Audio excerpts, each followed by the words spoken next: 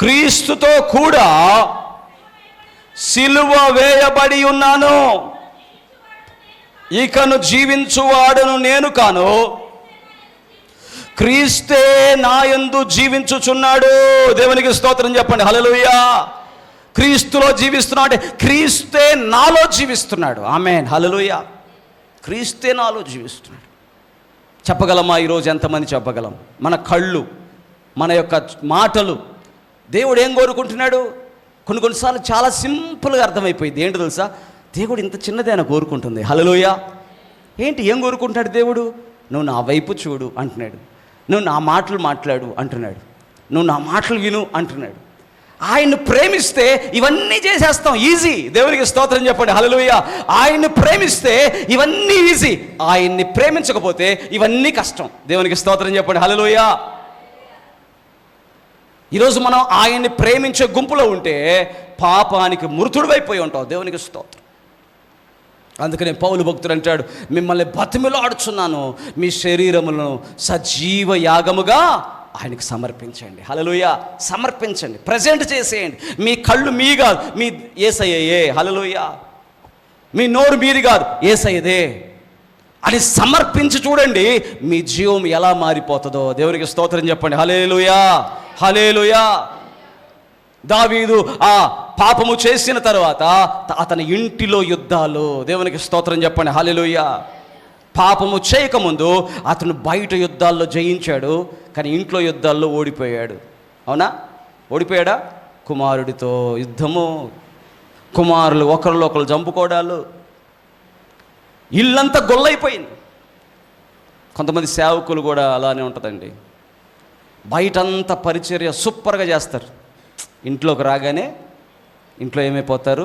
గోల, గొడవ. కొడుకులు తాగుబోతులు అయిపోతారు. కొడుకులు సేవకు వచ్చిన డబ్బుని కొడుకులు ఏం చేస్తారంటే ఇష్టానుసారంగా ఖర్చు పెడుతుంటారు. అందుకని సేవకులు చాలా ఏడుస్తుంటారు, కన్నీరు గార్చి. మేమున్న సమర్పణ మా పిల్లలకు రాలేదు అంటుంటారు. దావీదు విషయంలో మనం చూసినప్పుడు అతని ఇంటిలోనే యుద్ధాలు ప్రారంభమైనాయి. అందుకనే బైబిల్ అంటుంది, యాకోబు రాసిన పత్రిక 4వ అధ్యాయంలో మీకు యుద్ధములు ఎలా కలుగుతున్నాయి? 4వ అధ్యాయంలో చూడండి ఒకసారి, 1వ వచనం, 2వ వచనం. యాకోబు రాసిన పత్రిక 4.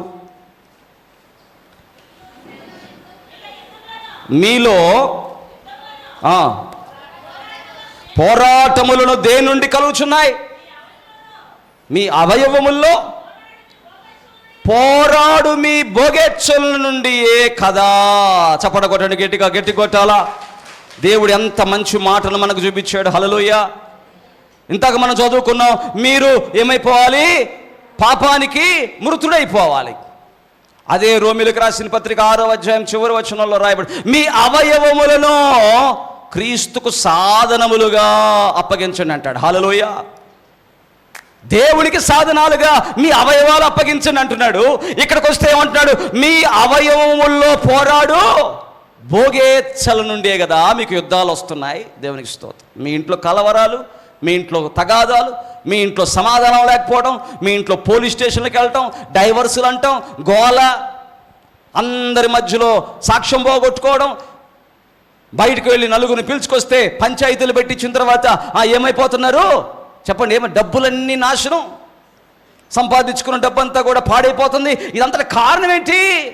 మీ అవయవముల్లో పోరాడుచున్న భోగేచ్ఛ. లోకములోకి నీ అవయవాలు ఇచ్చేసావు. లోకములో ఉన్న సాతాను, ఆ లోకాధికారిని సాతాను ఏం చేస్తున్నాడు? జల్లెడబడుతున్నాడు, చెరలో వేయిస్తున్నాడు. అంతే. నీకు తెలియదు, నువ్వు యేసుప్రభువుని నమ్ముకున్నావు. అయ్యా నాకెందుకు ఈ కష్టాలు వస్తున్నాయి అయ్యా అంటున్నావు, కానీ నీ అవయవాలని దేవుడికి ఇవ్వకుండా నీ అవయవాలని ఏం చేస్తున్నావు? లోకానికి ఇస్తున్నావు. అలా ఇచ్చిన తర్వాత నీకు కలుగుతున్నటువంటి పోరాటాల్లో నువ్వు కృంగిపోతున్నావు, చెరలో వేయిస్తున్నాడు.